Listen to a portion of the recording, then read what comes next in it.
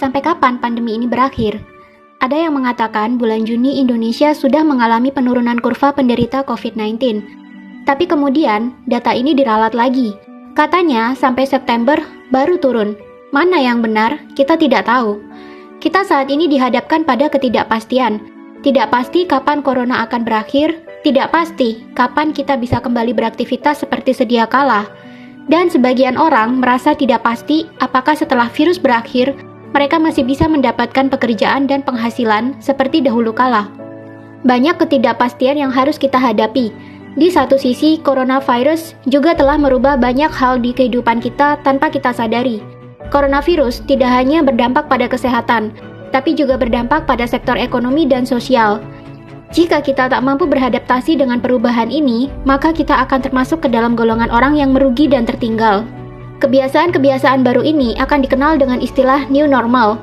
Jika kamu ingin tetap bisa bertahan dan selamat dari pandemi ini, sebaiknya persiapkan dirimu untuk beradaptasi dan menjalankan new normal ini.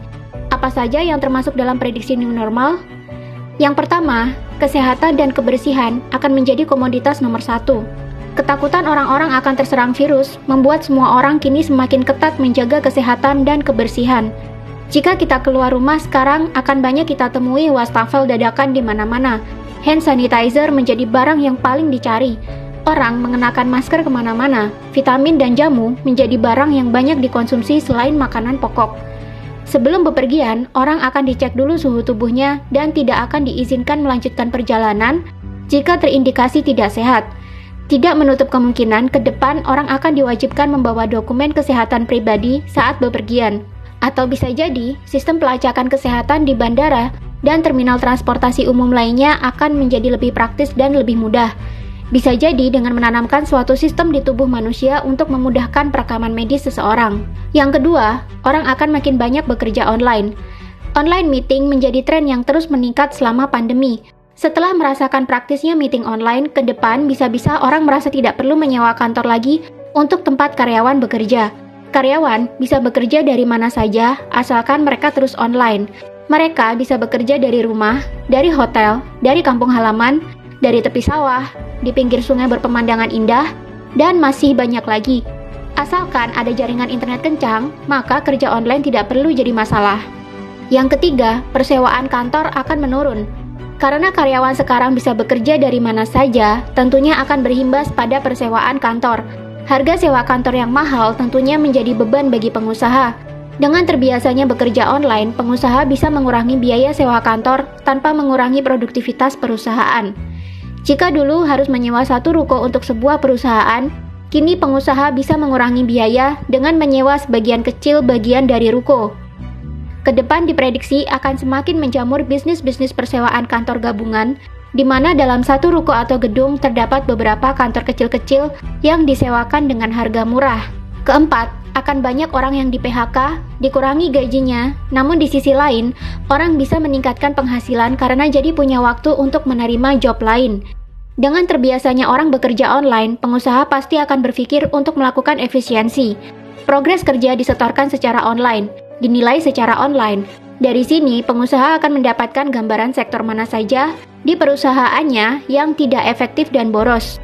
Jika 3 pekerjaan bisa dikerjakan oleh 1 karyawan sekaligus, maka alih-alih mempekerjakan 3 karyawan bersamaan, pengusaha akan memecat 2 karyawan dan memampatkan pekerjaan dalam 1 karyawan saja.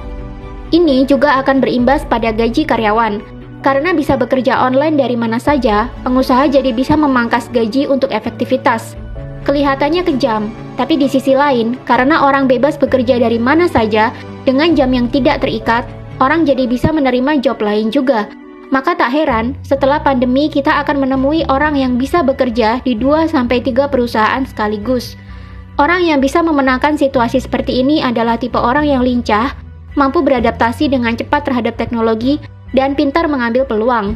Orang yang malas dan suka mengeluh akan tertinggal di belakang. Mereka mengumpat pengusaha karena telah memecatnya, tapi mereka juga tidak bisa memperbaiki kehidupannya karena tidak mau beradaptasi. Yang kelima, orang akan berburu properti yang murah namun memiliki pemandangan yang bagus. Karena terbiasa bekerja online, tidak perlu ngantor lagi, orang lama-kelamaan akan meninggalkan kota besar yang penuh dengan kemacetan. Mereka mulai memburu rumah-rumah di pinggiran kota atau bahkan di kota yang lebih kecil dengan harga yang lebih murah namun pemandangannya lebih baik daripada di kota besar. Mereka akan menciptakan ruang yang nyaman untuk bekerja sambil menikmati bersihnya udara dan pemandangan yang indah di luar rumah. Yang keenam, belanja online akan menggeser kebutuhan belanja di mall atau supermarket. Selama pandemi, kita benar-benar dipaksa melakukan apapun dengan serba online. Bahkan beli sayur dan lauk di pasar pun kini sudah bisa dilakukan secara online. Jangan heran, nanti akan muncul semakin banyak toko online dan aplikasi yang menjual beragam kebutuhan manusia. Dan jangan heran jika nanti supermarket dan pasar menjadi tempat mangkalnya kurir dan ojek online. Karena merekalah yang bertugas mengantarkan belanja orang-orang ke rumah. Bisnis online akan sangat menjamur, bahkan pebisnis offline pun akan banyak yang berbondong-bondong memindahkan toko mereka ke dunia online. Pebisnis offline yang tidak mampu mengikuti perubahan ini akan mati secara perlahan-lahan. Yang ketujuh, pariwisata akan mengalami kenaikan drastis, termasuk tren digital nomad. Bosan dikurung berbulan-bulan di rumah membuat sebagian orang berpikir untuk bekerja online lebih keras dan mengumpulkan uang untuk liburan setelah COVID-19 ini berakhir. Jika dulu manusia sering kesal karena sulit liburan akibat jadwal kerja yang padat, akibat pandemi ini mereka jadi bisa bekerja online dari mana saja. Daripada bosan di rumah, akhirnya banyak orang yang menghemat uangnya, bekerja online lebih keras, dan akhirnya pergi dari rumah untuk menghabiskan waktu di hotel-hotel yang nyaman di daerah wisata impian. Mereka bekerja dari hotel siang dan malam.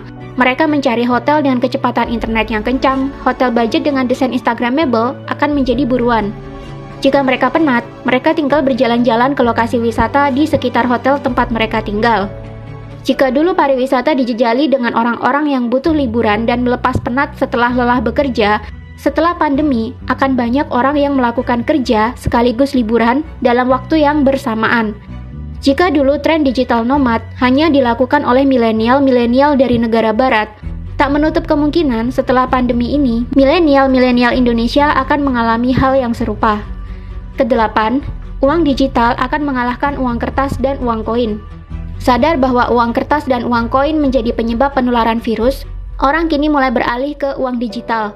Dompet digital seperti GoPay, Dana, Genius, WeChat Pay, OVO, Link Aja akan menjadi primadona orang-orang untuk melakukan pembayaran.